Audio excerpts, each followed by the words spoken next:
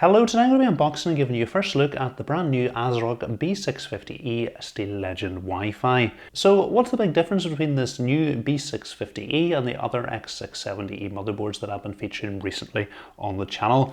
Well, the big advantage with B650E is that you've still got 20 PCIe Gen 5 lanes, so 16 for your graphics card and 4 for a single Gen 5 NVMe M.2 drive.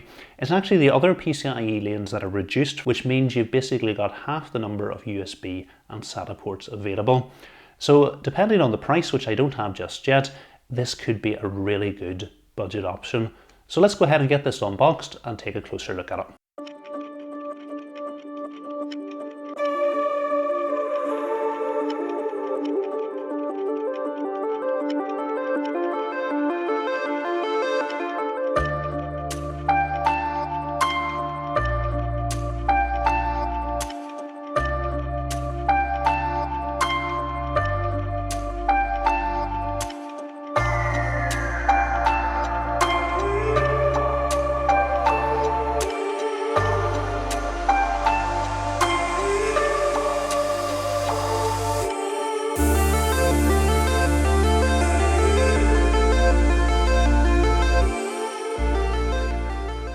So this is everything that comes with the motherboard in the box. So we've got our user manual, we've got a guide to installing a CPU for the M5 socket and a Steel Legends postcard.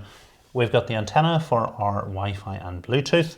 We've got a GPU support bracket. I'll show you how this works later on, but I've used this before and it's really good. We've got some ASRock Velcro cable straps. We've got two SATA cables. One's got a right angle connector and one's got a straight connector. We've got a keycap, and then we've got 3 M.2 screws and a single M.2 standoff. Taking a closer look at the motherboard, starting at the bottom, working from left to right. First of all, we've got our HD audio connector, then we've got two RGB connectors. First of all, there's a 4-pin 12-volt connector, and then a 3-pin 5-volt ARGB connector.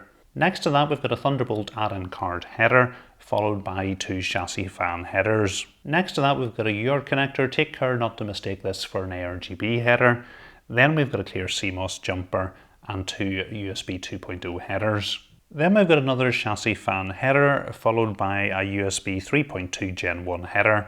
And then we've got our power LED and speaker headers, and then our system panel header where we're going to plug in our front panel connectors. Working up the right hand side of the motherboard, first of all, we've got our fourth and final chassis fan header, followed by two SATA ports. Then we've got a USB 3.2 Gen 2x2 front panel Type C connector, followed by the motherboard's second USB 3.2 Gen 1 header. We've then got our 24-pin ATX power connector, followed by some post-status checker LEDs, which will be useful for troubleshooting any startup issues. At the top, we've got another two 3-pin 5-volt ARGB connectors, giving us a total of 3 on this motherboard. Working along the top of the motherboard, we've got our CPU fan and water pump header, and at the top left-hand side of the motherboard, we've got two 8-pin EPS power connectors. Also in the middle of the motherboard, just to the right of our first M.2 slot, we've got a TPN header. The motherboard features a 16+2+1 phase power design with 60 amp smart power stage technology. We've got large beefy heatsinks over the VRM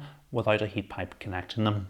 In the middle of the motherboard, we've got our AM5 socket and standard mounting brackets. To open the socket, we need to push the lever towards the middle of the motherboard, and then we can lift the socket cover up. If we take a closer look at our LGI 1718 socket, you'll notice the pins are now in the socket rather than the underside of the CPU, which I think will definitely give us an easier building experience. The motherboard has 4 RAM slots and will accommodate up to a maximum of 128GB of DDR5 at 6400 plus megatransfers per second overclocked.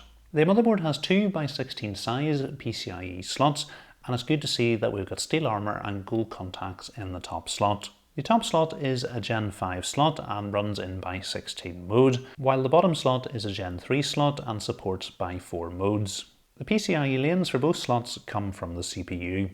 The motherboard features 3 M.2 slots, and you'll notice we've got a beefy heatsink over the top slot, marking it out as our Gen 5 slot. I'll remove the heatsinks to give you a closer look at the slots. So the top slot supports Gen 5x4 speeds, and the PCIe lanes come from the CPU. Both the bottom slots support Gen 4x4 speeds with PCIe lanes coming from the chipset.